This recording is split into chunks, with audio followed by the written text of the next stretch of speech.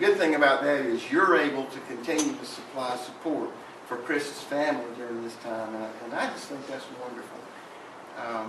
But I am with you and be glad to meet with any needs that come along. And I'm not too out of practice yet. I hadn't been that long since I was doing this every week.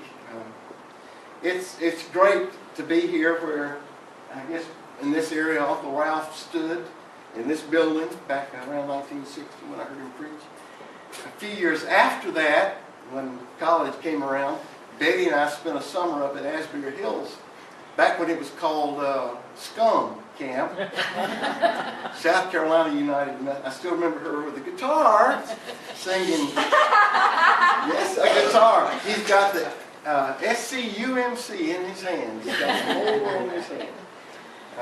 So a long time, across many years. It's good to be back with someone I met in '68. Yes, it was. So, my wife Penny will be here a little bit later for the later service. She says that the greatest gift that I have to bring to you all is you'll really appreciate Chris after a few months with me. It's a wonderful thing to have wifely support. This morning I got up and breakfast was prepared by a lovely lady who kept calling me honey and sweetie. Yes, I did find that Waffle House. And I appreciate Steve's hard work. I tried to buy a car from Brockman after I met Steve the other day, the wrong family. Steve and I went to breakfast the other day and talked about things. And he certainly is being a good leader for you all in this church at this time. Please remember Chris daily in your prayers. It's a wonderful thing that he's going to have this opportunity for total and complete healing, and to be returned to you as summer draws near. Chris is one of our bright, shining stars in South Carolina United Methodist Conference right now. We would be much dimmer without him. So we do pray for his return, not only for his healing, rather, not only for your present spiritual needs, but the future of our conference. Largely depends on people like Chris helping us step forward. The scripture lesson for today is from Matthew chapter 2, verses 1 through 12. In the time of King Herod, after Jesus was born in Bethlehem of Judea, wise men from the east came to Jerusalem asking, "Where is the child who has been born King of the Jews? For we observed his star at its rising and have come to pay him homage." When King Herod heard this, he was frightened, and all Jerusalem with him.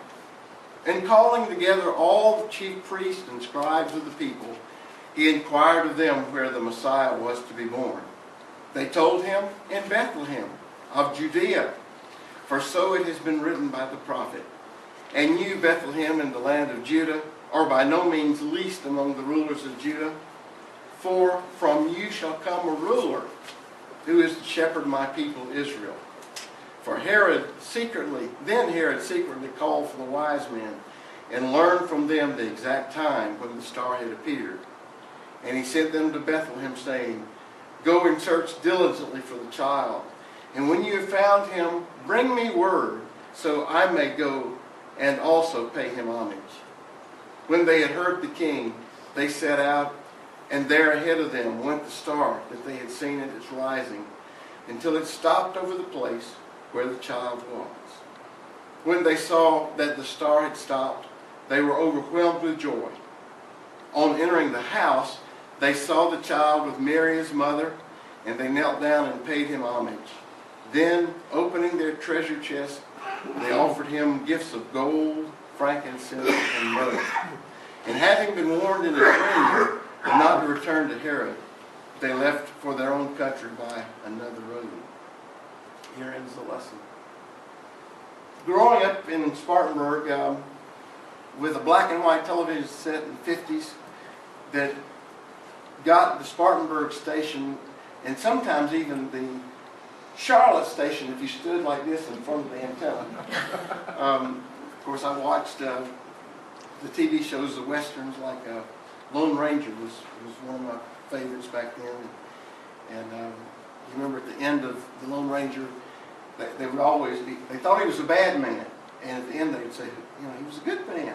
Who was this masked man? And someone would say, that was the Lone Ranger. And then they would celebrate. We sort of have that situation here. You know, if you can imagine these strangers from the east traveling across and coming into the Holy Land, very much out of place. Who were these guys that we call the wise men? Are they good or evil? What is their purpose in being here? I'm sure you heard about the time that the Lone Ranger said, I'm troubled. And Tonto said, Kimosabe, why are you troubled? And he said, we're surrounded by Indians. And Tonto said, what you mean we, paleface?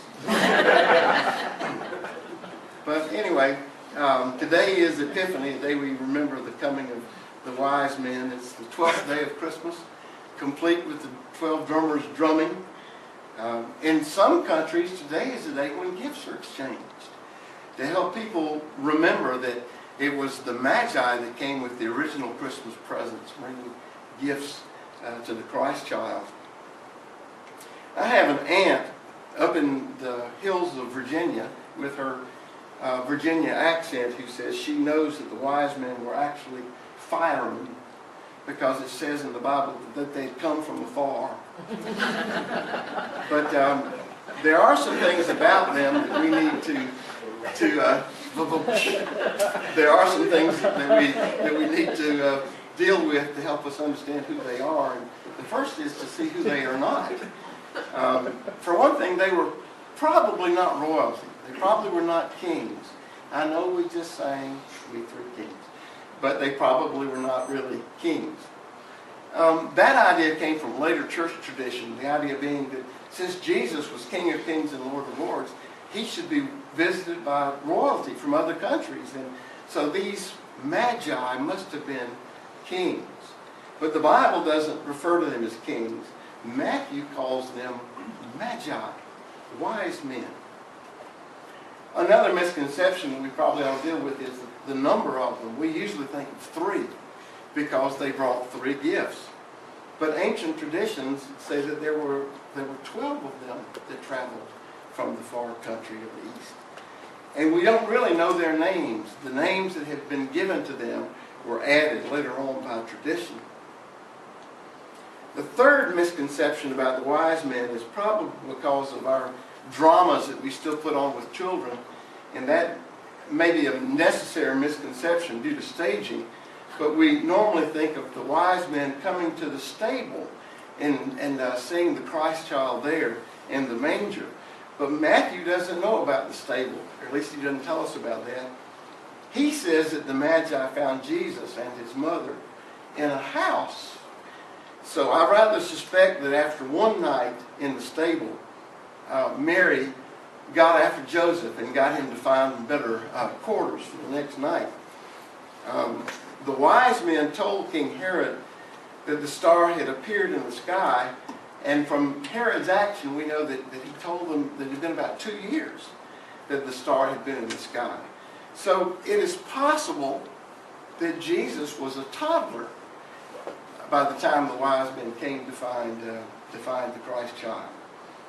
Jesus could have been as old as 2. But I suppose it would be difficult for us to adjust our nativity scene at Christmas time, and so we just have the wise men coming to the stable. But the question still remains, who were these wise guys? Well, they probably were Zoroastrians, priests from Persia, which is modern-day Iran, of all places. The founder of their faith, Zarathustra, believed in one God, as did the Hebrews. He also believed that there was an evil one who opposed God in everything that God wanted to do in this world. So when the Hebrews were taken captive into Assyria several centuries before the birth of Christ, it would be natural that the Hebrews and the Zoroastrians would compare their notes and their understandings about God. The Hebrews, who had prior to this time thought of Satan as a tempter or a tester, came back from their time with a Zoroastrian influence, believing in demons and just Satan everywhere causing all the troubles. And in the meantime, the Zoroastrians had heard the Hebrews hoping for the Messiah who was coming. And that seed was planted there in their hearts. So these magi were Zoroastrian priests whose forebears had probably heard about a promised Christ. And they'd been looking for centuries for signs of his birth. And it was their science, because they were also scientists as well as religious people, that gave them insights as to what had happened when they saw something in the sky. Now, I hope that nobody today takes seriously astrology. It might be a little bit fun to read and see what's supposed to happen to you in the newspaper. People ask me what sign I was born under, and I tell them I think it's Spartanburg General. But today we're trying to understand about the world through astronomy. Still studying the stars, looking through Hubble, out there at creation of stars. It's a marvelous thing to think about, that we're seeing into the past as we look deep into space. Astrology was the science of that first century, and Zoroastrians were students of the stars, trying to find clues to meaning for life. They were students of nature, skilled in medicine, but they were also holy people, priests, trying to blend together the best of their religious tradition with their scientific inquiry. Now, Bishop Roy Clyde Clark, who was, I guess, probably my favorite of all the bishops that I served under, made a statement to us years ago when he was here that we could well learn some lessons from the wise men. He says that in our day we've tended to put religion over here and science over here and make them fight each other all the time. And we still see this all the time as we see people debating whether to teach evolution or creationism in our schools. And when we get around to talking about issues like stem cell research, we have this battle between faith and science. Bishop Clark said that faith and science ought to be able to coexist peacefully, as it did for the wise men. We can be faithful to God, he said, while we're being faithful in obtaining knowledge from science. These magi were students of the stars, and whenever something they spotted in the heavens happened, their science made that obvious to them, but it was their faith that gave them the meaning of those events. And they saw this star, and their faith says it's something about the Messiah. So when the Christmas star appeared, they remembered the prophecy. A star shall come forth from the house of Judah, and they set out to find its meaning. You see how they blended together science and religion?